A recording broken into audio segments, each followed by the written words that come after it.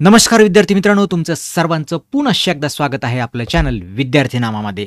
आणि आज आपण या व्हिडिओमध्ये बघणार आहोत की आता आपली फायनल मेरिट लिस्ट आलेली आहे आणि त्या फायनल मेरिट लिस्ट या वर्षीची आणि मागच्या वर्षीची या दोन्हीमध्ये किती स्टुडंटचा फरक आहे प्रत्येक कॅटेगरी वाईज आणि टक्केवारीच्या दरम्यान किती स्टुडंट्स आहेत त्याबाबत आपण चर्चा करूया.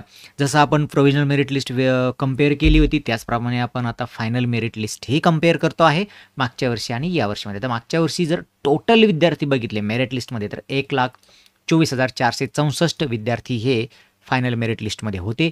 यावर्षी 1,27,960 विद्यार्थी त्या मेरिट लिस्टमध्ये आहेत. SC कॅटेगरीचा जर विचार केला तर 16,971 स्टुडंट मागच्या वर्षी होते. यावर्षी 17,374 विद्यार्थी मेरिट लिस्टमध्ये आहेत. STचा विचार केला तर 3,382 विद्यार्थ्यांच्या अगेन्स्ट 3,435 विद्यार्थी यावर्षी आहेत. कॅटेगरी DT विजेचा जर आपण विचार केला विजे तर 2,521च्या अगेन्स्ट 2,806 विद्यार्थी यावर्षी आहेत. NTBचा विचार केला तर 2,651 विद्यार्थी मागच्या वर्षी होते तर यावर्षी 2,752 विद्यार्थी मेरिट लिस्टमध्ये आहेत. NTCचा विचार केला तर 4,236 विद्यार्थी मागच्या वर्षी होते तर 4,671 विद्यार्थी यावर्षी मेरिट लिस्टमध्ये आहेत. NTDचा जर आपण विचार केला तर 1,959 विद्यार्थी मागच्या वर्षी होते, 2,033 विद्यार्थी यावर्षी आहेत.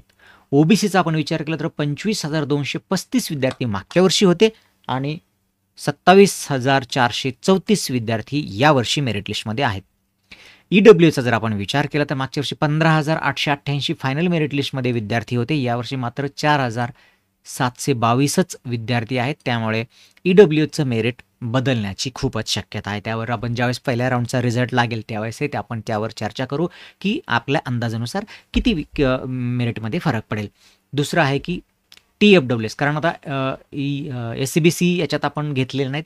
SCBCचे विद्यार्थी यावर्षी आल्यामुळे तो एक आकडा राहिलेला आहे आणि ते विद्यार्थी इथनं मायनस झालेले आहेत हे मात्र नक्की.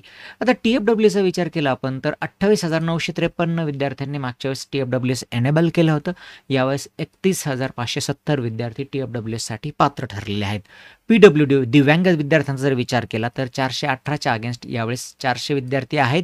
जर ट्रेंड तोच राहिला तर फारसा त्यांच्या कट ऑफमध्ये फरक पडणार नाही. मागच्या वर्षीप्रमाणेच डिस्ट्रीब्युशन याही वर्षी होण्याची शक्यता आहे दिव्यांग विद्यार्थ्यांबाबत. आता आपण थोडासा विचार करूया की टक्केवारीच्या दरम्यान किती विद्यार्थी कोणकोणत्या टक्क्याच्या दरम्यान आहेत त्याचं आपण थोडंसं गणित बघूया. 99 ते 100% दरम्यान मागच्या वर्षी 36 विद्यार्थी होते, यावर्षी 27 जण आहेत. मागच्या वर्षी 98 ते 99च्या दरम्यान 49 होते, यावेळेस 60 विद्यार्थी आहेत. 95 ते 98च्या दरम्यान 1,008 मुलं होती, यावर्षी 986 विद्यार्थी आहेत. म्हणजे थोडेसे इथं कमी झालेले आहेत, फार नाही तो आकडा. 92 ते 95च्या दरम्यान 3,764 विद्यार्थी, यावेळेस 4,140 विद्यार्थी आहेत. म्हणजे विद्यार्थ्यांची संख्या थोडी आपल्याला थोडीशी वाढत गेलेली दिसते. म्हणजे आणि जनरली आपण बघितलं की चांगल्या कॉलेजचा कट ऑफ जो आहे तो 92-93च्या आसपास असतो, तर तोही तुम्हाला थोडासा अंदाज येईल. 90 ते 92च्या दरम्यान 4,000 तब्बल 534 विद्यार्थी होते, यावेळेस 5,092 स्टुडंट्स त्या दरम्यान आहेत. म्हणजे की 90% जर आपण विचार केला ह्या बाउंड्रीला तर विद्यार्थी बऱ्यापैकी त्यामध्ये, म्हणजे इथं फार नाही वाढले पण थोडेसे वाढले, इथे तेवढे कमी झाले. पण या 2 टप्प्यामध्ये विद्यार्थ्यांची संख्या तुम्हाला वाढलेली दिसेल. आणि जनरली आपण बघितलं सीट डिस्ट्रीब्युशनमध्ये की किती जागा असतात कॅटेगरीज, तुम्ही तो हिशोब लावा की एका कॉलेजला किती जागा तुमच्यासाठी प्रत्येक ब्रँचला असतात. 4-4, 5-5, 6-6च्या वर नसतात. आणि जर इथं 500-500, 600-600ने जर विद्यार्थी वाढले तर मेरिटवरती त्याचा इफेक्ट नक्कीच पडत असतो. आता आपण 88 ते 90च्या दरम्यान बघितले तर 5,736 मागच्या वर्षी विद्यार्थी होते, यावेळेस तब्बल 6,134 विद्यार्थी आहेत.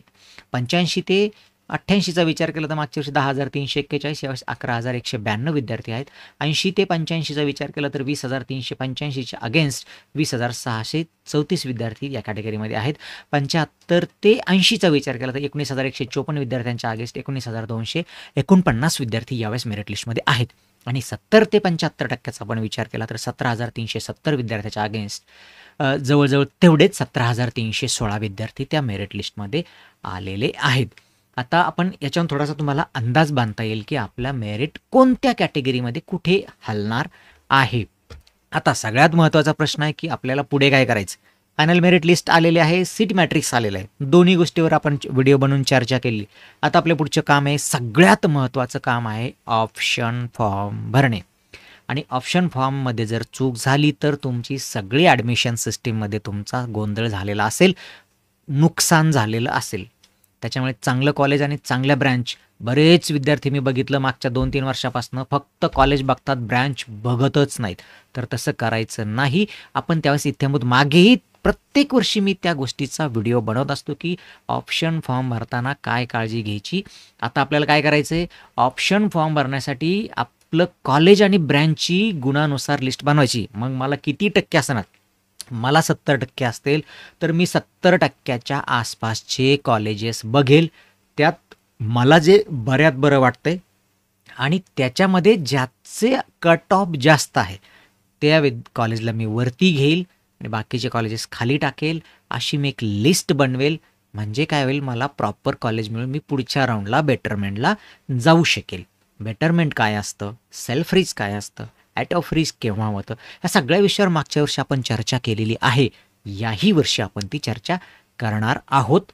आज उद्या या 2 दिवसात आपण त्यावर चर्चा करू. आत्ता आपण याच्यानंतर आपण चर्चा करूया सगळ्यात महत्त्वाचा प्रश्न आहे ऑप्शन फॉर्म, आणि ऑप्शन फॉर्मसाठी लिस्ट आपण कशी बनवायची थोडक्यात आपण ते बघू. त्याच्यानंतर बनवलेली लिस्ट जी आहे ती कन्फर्म करून तुम्हाला ऑप्शन फॉर्म भरायचे. 2 महत्त्वाची कामं आपल्याकडे येत्या 2-3 दिवसात आपल्याला ते काम करायचं आहे, हे लक्षात ठेवायचं. थांबूया इथे, पुन्हा भेटू नवीन व्हिडिओमध्ये. तोपर्यंत नमस्कार.